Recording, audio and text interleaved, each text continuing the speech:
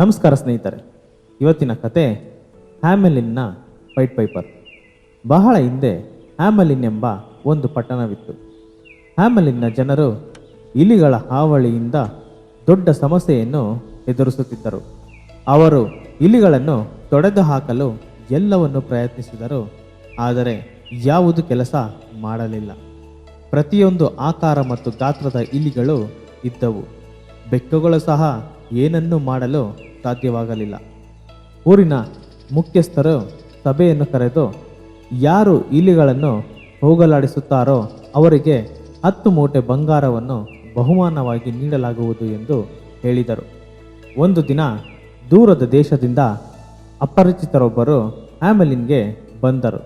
ಅವರು ಬಣ್ಣ ಬಣ್ಣದ ಬಟ್ಟೆಗಳನ್ನು ಧರಿಸಿದರು. ಅವರು ಟೋಪಿಯಲ್ಲಿ ಗರಿಯನ್ನು ಧರಿಸಿದರು ಮತ್ತು ಪೈಪನ್ನು ಹೊತ್ತಿದರು. ಪೈಪರ್ ಹೇಳಿದರು, ನಾನು ನಿಮಗಾಗಿ ಇಲಿಗಳನ್ನು ತೊಡೆದು ಹಾಕುತ್ತೇನೆ. ನಂತರ ಆ ವ್ಯಕ್ತಿ ತನ್ನ ಪೈಪ್ನಲ್ಲಿ ಅದ್ಭುತವಾದ ರಾಗವನ್ನು ನುಡಿಸಲು ಪ್ರಾರಂಭಿಸಿದನು. ಊರಿನ ಇಲಿಗಳು ಅವನ ಸಂಗೀತವನ್ನು ಕೇಳಿ ಅವನತ್ತ ಆಕರ್ಷಿತವಾಗತೊಡಗಿದವು. ಅಪರಿಚಿತನು ಹ್ಯಾಮೆಲಿನ್ನ ಬೀದಿಗಳಲ್ಲಿ ನಡೆದು ಪೈಪ್ ನುಡಿಸಿದನು ಮತ್ತು ಅವನ ಕಡೆಗೆ ಹೆಚ್ಚು ಇಲಿಗಳು ಆಕರ್ಷಿಸಿದವು. ಬುದ್ಧಿವಂತ ಮನುಷ್ಯ ಎಲ್ಲ ಇಲಿಗಳನ್ನು ನದಿಗೆ ಕೊಂಡೊಯ್ದನು.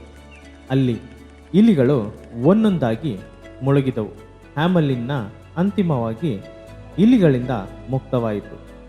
ವೈಟ್ ಪೈಪರ್ ತನ್ನ ಪ್ರತಿಫಲವನ್ನು ಸಂಗ್ರಹಿಸಲು ಹಿಂತಿರುಗಿದನು. ಆದರೆ ಈಗ ಅವರ ಸಮಸ್ಯೆ ಬಗೆಹರಿದ್ದರಿಂದ ಊರಿನವರು ಆತನಿಗೆ ಬಹುಮಾನ ಕೊಡಲು ಬಯಸಲಿಲ್ಲ. ಇದರಿಂದ ವೈಟ್ ಪೈಪರ್ ಕೋಪಗೊಂಡನು ಮತ್ತು ಅವನು ಪಟ್ಟಣದ ಎಲ್ಲರಿಗೂ ಶಿಕ್ಷಿಸಲು ನಿರ್ಧರಿಸಿದನು. ವೈಟ್ ಪೈಪರ್ ಮತ್ತೊಮ್ಮೆ ತನ್ನ ಪೈಪನ್ನು ನುಡಿಸಲು ಪ್ರಾರಂಭಿಸಿದನು. ಈ ವೇಳೆ ಊರಿನ ಮಕ್ಕಳೆಲ್ಲ ಅವನತ್ತ ಓಡತೊಡಗಿದರು. ಪ್ರತಿಯೊಬ್ಬ ಹುಡುಗ ಮತ್ತು ಹುಡುಗಿ ಅವನ ಪೈಪ್ ಸಂಗೀತದ ಕಡೆಗೆ ಓಡಲು ಪ್ರಾರಂಭಿಸಿದರು. ಪೈಪರ್ ಅವರೆಲ್ಲರನ್ನು ಪಟ್ಟಣದ ಹೊರಗಿನ ಗುಹೆಗೆ ಕರೆದೊಯ್ದು ಗುಹೆಯ ಪ್ರವೇಶ ದ್ವಾರವನ್ನು ಬೃಹತ್ ಬಂಡೆಯಿಂದ ಮುಚ್ಚಿದನು. 2 ಮಕ್ಕಳು ಮಾತ್ರ ಉಳಿದಿದ್ದರು. ಒಬ್ಬರು ಕಾಲಿಗೆ ಗಾಯವಾಗಿತ್ತು ಮತ್ತು ಇನ್ನೊಬ್ಬರು ಕಿವುಡರಾಗಿದ್ದರು. 2 ಮಕ್ಕಳು ಬೇಗ ಹೋಗಿ ಊರಿನವರಿಗೆ ನಡೆದ ಸಂಗತಿಯನ್ನು ತಿಳಿಸಿದರು.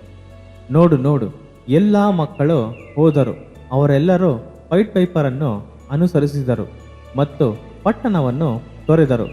ಅವನು ಮಕ್ಕಳನ್ನು ಊರಿನ ಹೊರಗಿನ ಗುಹೆಗೆ ಕರೆದುಕೊಂಡು ಹೋಗುವುದನ್ನು ನಾವು ನೋಡಿದೆವು ಎಂದರು. ಏನಾಯಿತು ಎಂದು ಪಟ್ಟಣವಾಸಿಗಳು ಭಯಭೀತರಾಗಿದ್ದರು ಮತ್ತು ನಾಚಿಕೆಯೂ ಪಟ್ಟರು. ಅವರು ಗುಹೆಗೆ ಹೋಗಿ ವೈಟ್ ಪೈಪರನ್ನು ಕ್ಷಮೆಗಾಗಿ ಬೇಡಿಕೊಂಡರು. ದಯವಿಟ್ಟು ನಮ್ಮ ಮಕ್ಕಳನ್ನು ಅವರ ಮನೆಗೆ ಹಿಂತಿರುಗಿಸಿ. ವ್ಯಾಗನ್ ಮಾಡಿದಂತೆ 20 ಮೂಟೆ ಚಿನ್ನವನ್ನು ನೀಡುತ್ತೇವೆ ಎಂದು ಹೇಳಿದರು. ಅಂತಿಮವಾಗಿ ವೈಟ್ ಪೈಪರ್ ಮಕ್ಕಳನ್ನು ಹೋಗಲು ಬಿಟ್ಟನು. ಹ್ಯಾಮೆಲಿನ್ನ ಜನರು ಎಂದಿಗೂ ದುರಾಸೆ ಮತ್ತು ಕೃತಜ್ಞತೆ ಇಲ್ಲದೆ ಇರುವುದನ್ನು ಕಲಿತರು. ವೈಟ್ ಪೈಪರ್ ಕಣ್ಮರೆಯಾದನು, ಮತ್ತೆ ಎಂದೂ ನೋಡಲಾಗಲಿಲ್ಲ.